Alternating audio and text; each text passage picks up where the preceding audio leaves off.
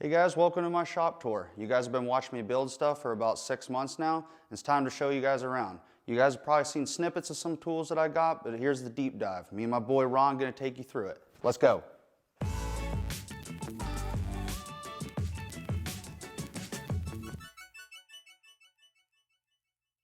All right guys, for a little bit of background on me. For my actual job, the one that pays the bills, I'm a professional painter.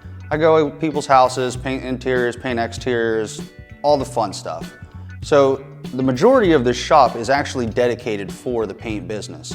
But my business partner is a decent guy, and so he let me bring a majority of my woodworking tools here, and thus allowing me to expand my capabilities.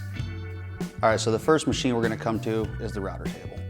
I have this Craig router table, and it works great for anything I need it for. They have way bigger ones. They have shapers that are a router on steroids.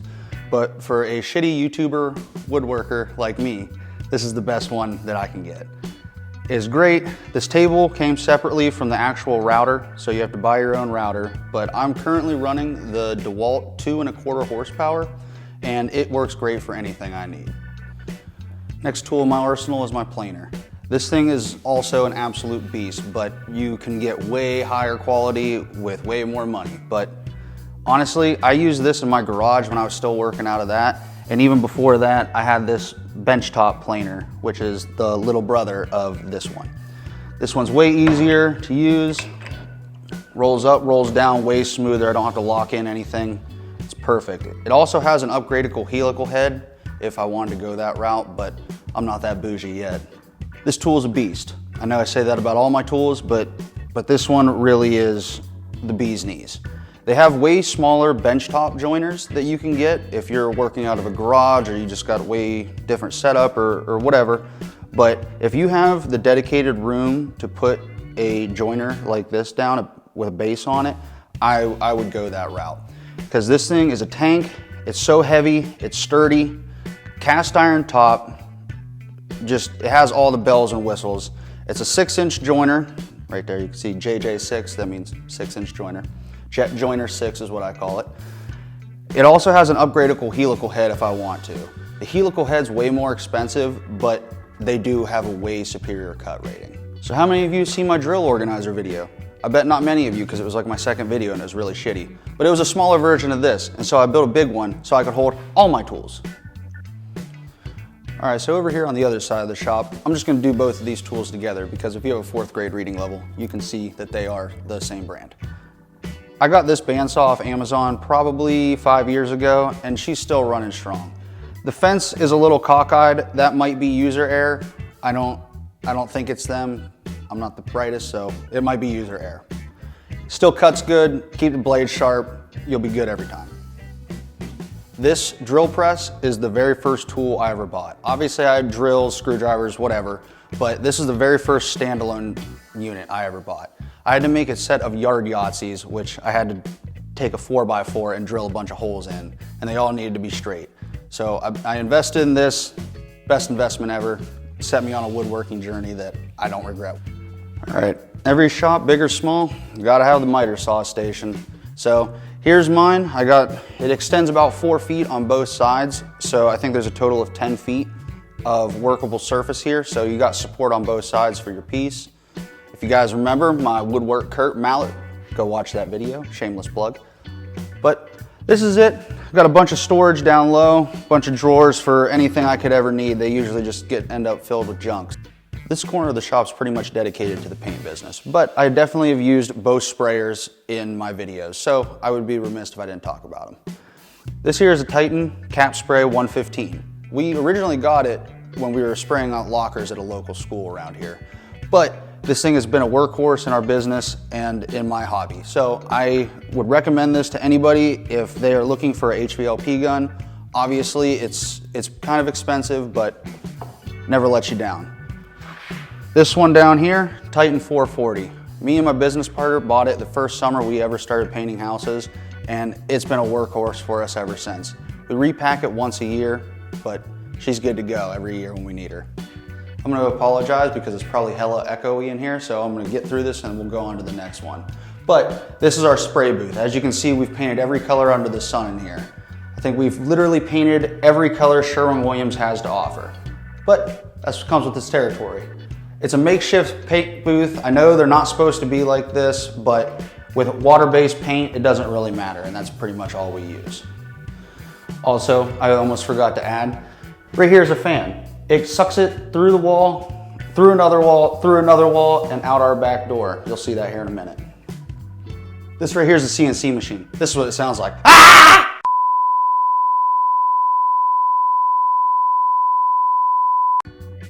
This CNC machine literally reinvigorated my interest in woodworking.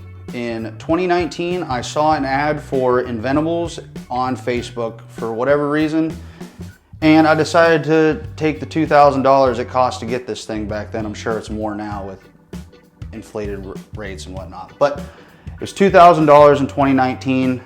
It was a lot smaller than this. It was about half the size. I have since upgraded it to double the size so I could do larger slabs in a one-pass system. She's been a hell of a workhorse. When I did upgrade it, I had problems because I am not an engineer and I didn't know you couldn't hook wires together like that. And that's what I did. And when the wires were rolling in the drag chain, they were coming loose, and it took me a good 6 months to navigate that problem. But she's back up, running, great machine. Inventables, you did a great job. I know they've upgraded certain mechanics with it, with their new ones, but this one's still running strong. Last but not least, the table saw. I've ran countless sheets of boards through this thing. I've changed the blade numerous times. This saw is about 4 years old, and she's still going strong. I do wax the top of this to keep it going smooth across, but that's just general maintenance with any tool. This saw has got me through a bunch of projects. You guys have seen it on many videos. I cannot complain. I've taken this saw to job sites. I've taken it home to do stuff at my house. All around, very mobile saw. Definitely do want to upgrade to a cabinet saw sometime in the future though. So one thing I did forget to mention, when we first moved in here, this was not one giant open room. I think there was 8 rooms. It was a dentist's office and then a lawyer's office prior to that. So there's been a long history of stuff going on here. But it had fallen into disrepair. Drywall was falling out, plaster was falling out, lights were falling out, the electrical was shot. So when we came in here, the landlord gave us permission to just gut the entire thing and start from fresh. And worked out in our favor because we didn't really have to build that much. We just demolished a lot and left this room, and everything back the same. Worked out in our favor. I can't complain. It's fun times. Fun times, because this thing was a 2-month renovation, and like all renovations, over time, over budget. Just the name of the game. All right, you got me behind the camera now because this is pretty much all storage. There's a bathroom back here and the dust collection unit, and the spray booth fan goes out through here. So I'm gonna show you guys all that right now, but I mean, it's really simple. If my camera would turn, there we go. This is the grossest room in the building. There is the dust collection going into a barrel. Spray fan comes out right here, goes down through this wall, through this, out this back door. Water-based paint, never a problem. Same thing when we do houses. This is exactly how we vent it out of people's houses. Drop cloths, moving blankets for when we do cabinets. We gotta move them back to people's houses. And the busiest storage room you've ever seen. Leftover paint that we're never getting rid of, I guess. Supplies, epoxy, paint pots, tape, you name it. To paint a house, you get it right there on that shelf.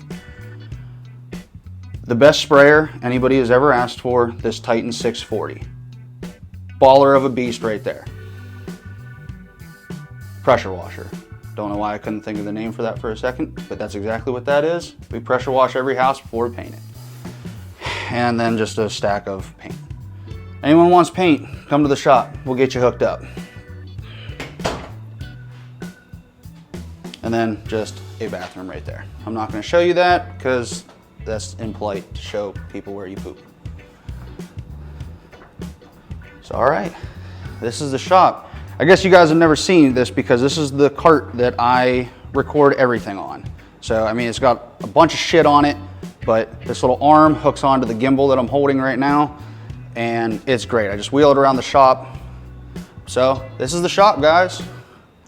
Hope you guys have enjoyed this shop tour. There's my beautiful painting van right out there in our mess of a front room, so don't judge it. Hope you guys have enjoyed this shop tour. Let me know if you guys like this video. You know the drill, like, subscribe. Just enjoy my content. Peace.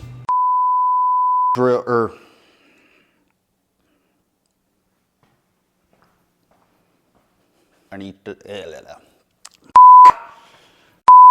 and it's I'm talking shitty. So let's see, what do I want to say about this? All right, I'm going to apologize for this because it's probably hello echoey.